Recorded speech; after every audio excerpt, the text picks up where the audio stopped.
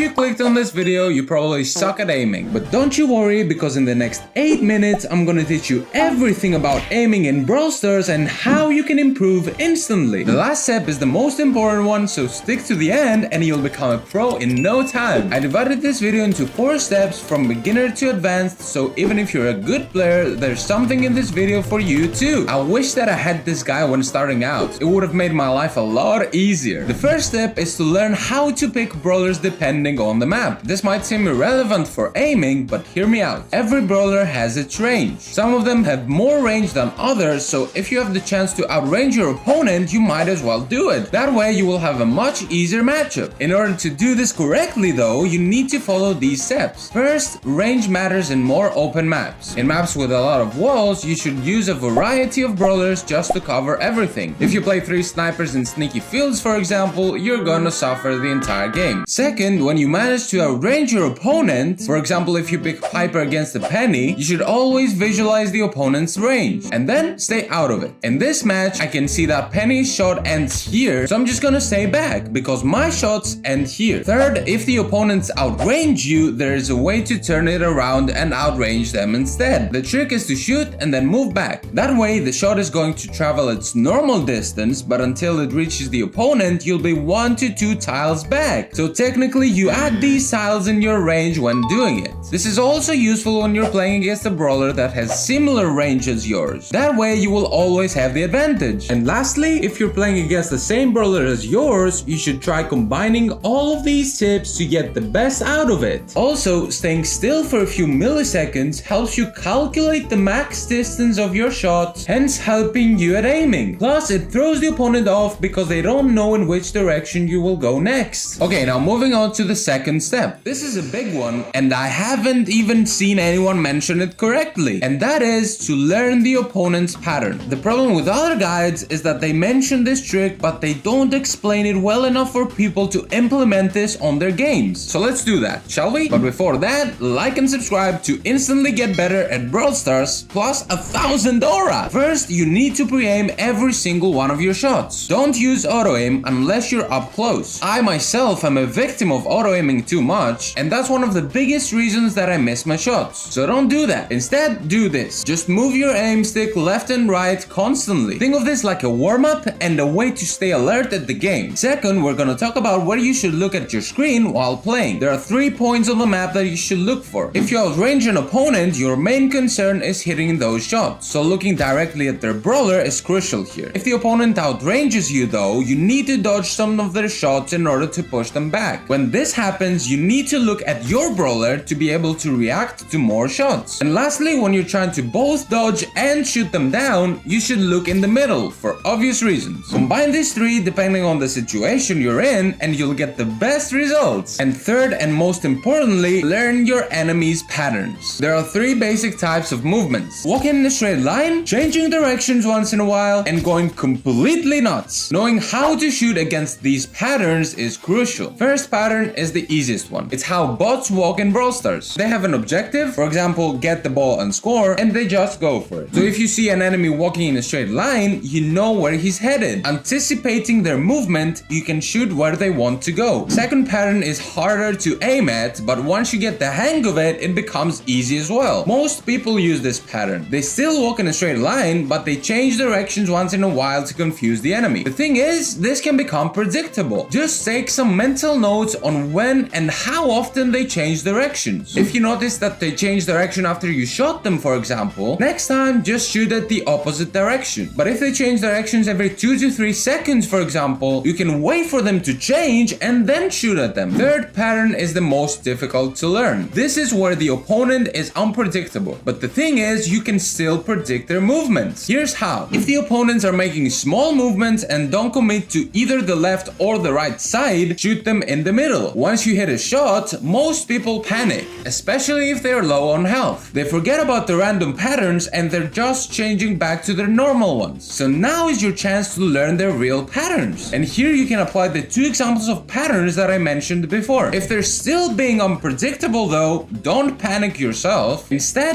try to hold on to your ammo and anticipate where they will move next. All fun and games on a practice match, but now it's time for the third step, and that is to apply apply these principles in real matches. In a real match, you will also have bushes and walls which can help the opponents take cover and make it extra hard for you to hit your shots. So I'm gonna give you some general tips and tricks that work most of the time. First trick is called double shots. It's the easiest one. You basically shoot at the same direction twice. Most players change directions when you shoot, so this is a really underrated trick as it guarantees that at least one of your shots will hit. Second trick is to shoot narrow.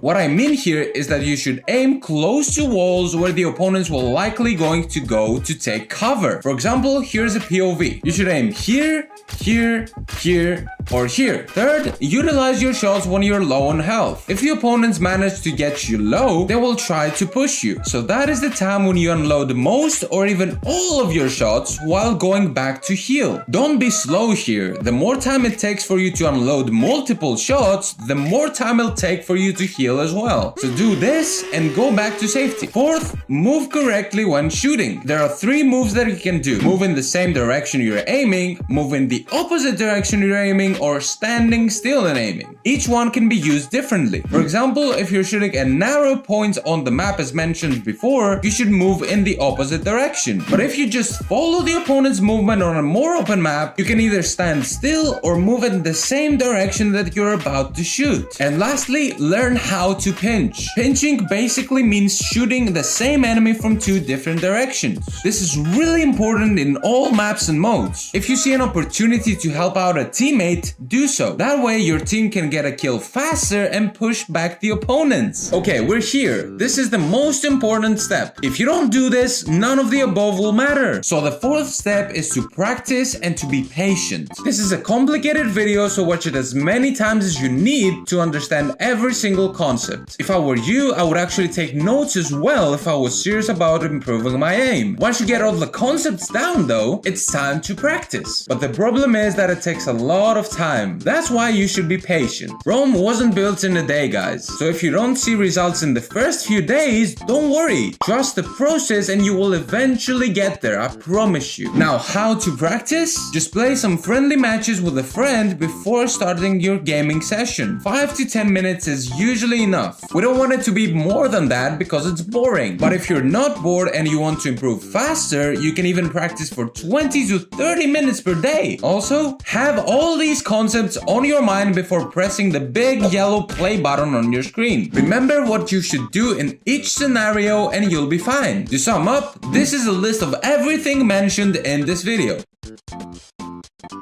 Now, if you want to improve your skills in general, you should watch this video right here. And hopefully, I'll see you there.